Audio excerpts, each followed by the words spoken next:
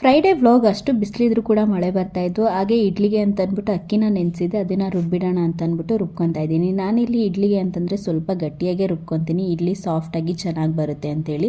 ರುಬ್ಬಿಟ್ಟೆಲ್ಲ ಆದಮೇಲೆ ಇವತ್ತಿನ ಡಿನ್ನರ್ಗೆ ನಾನು ಚಪಾತಿ ಹಾಗೆ ಇದಕ್ಕೆ ಕಾಂಬಿನೇಷನ್ ಆಗಿ ಕೀಮಾ ಮಸಾಲ ಮಾಡ್ತಾ ಇದ್ದೀನಿ. ಮೊದಲಿಗೆ ನಾನು ಚಪಾತಿಗೆ ಹಿಟ್ಟನ್ನು ರೆಡಿ ಮಾಡಿಬಿಟ್ಟು ಹಾಗೆ ಮೊಟ್ಟೆನೂ ಕೂಡ ಬೇಯಕ್ಕೆ ಇಟ್ಬಿಟ್ಟು ಶುಂಠಿ ಬೆಳ್ಳುಳ್ಳಿನ ಜಜ್ಜಿ ಇಟ್ಕೊಂಡಿದ್ದೀನಿ. ಇಲ್ಲಿ ಒಂದು ಪ್ಯಾನ್ಗೆ ನಾನು ಚಕ್ಕೆ ಲವಂಗ ಏಲಕ್ಕಿ ಈರುಳ್ಳಿ ಹಸಿಮೆಣಸಿಕಾಯಿನ ಹಾಕ್ಕೊಂಡು ಚೆನ್ನಾಗಿ ಫ್ರೈ ಮಾಡಿಕೊಂಡು ಹಾಗೆ ಜಜ್ಜಿಟ್ಕೊಂಡಿರೋ ಶುಂಠಿ ಬೆಳ್ಳುಳ್ಳಿನ ಹಾಕೊಂಡು ಹಾಗೆ ನಾನಿಲ್ಲಿ 2 ಟೊಮೆಟೊನ ಚಾಪ್ ಮಾಡಿ ಹಾಕೊಂಡಿದ್ದೀನಿ. ಇದಕ್ಕೆ ಧನಿಯಾ powder, garam masala, red chilli powder, ಸ್ವಲ್ಪ ಅರಿಶಿನ ಇಷ್ಟನ್ನು ಹಾಕೊಂಡು ಫ್ರೈ ಮಾಡಿಕೊಂಡು ಹಾಗೆ ರುಚಿಗೆ ತಕ್ಕಷ್ಟು ಉಪ್ಪನ್ನ ಹಾಕೊಂಡು ಎಣ್ಣೆ ಬಿಡೋ ತನಕನೂ ಚೆನ್ನಾಗಿ ಫ್ರೈ ಮಾಡ್ಕೊಂಡಿದ್ದೀನಿ. ಹಾಗೆ ಒಂದು ಮೊಟ್ಟೆನ ಒಡೆದು ಹಾಕೊಂಡು ಅದನ್ನೆಲ್ಲ ಚೆನ್ನಾಗಿ ಬೇಯಿಸ್ಕೊಂಡು ಅದಾಗಿದ್ಮೇಲೆ ನಾನಿಲ್ಲಿ ತುರಿದಿಟ್ಕೊಂಡಿರೋ ಮೊಟ್ಟೆನ ಹಾಕೊಂಡು ಒಂದು 5 ನಿಮಿಷ ಬೇಯಿಸ್ಕೊಂಡು ಕೊನೆಯಲ್ಲಿ ಕೊತ್ತಂಬರಿ ಸೊಪ್ಪನ್ನ ಹಾಕೊಂಡ್ರೆ ಕೀಮಾ ಮಸಾಲ ರೆಡಿ ಆಗುತ್ತೆ. ತುಂಬಾನೇ ಚೆನ್ನಾಗಾಗಿತ್ತು. ಇವತ್ತಿಗೆ ನನ್ನ ವ್ಲಾಗ್ ಮುಗ್ದಿದೆ. ಮತ್ತೆ ಸಿಗ್ತೀನಿ. ಬಾಯ್.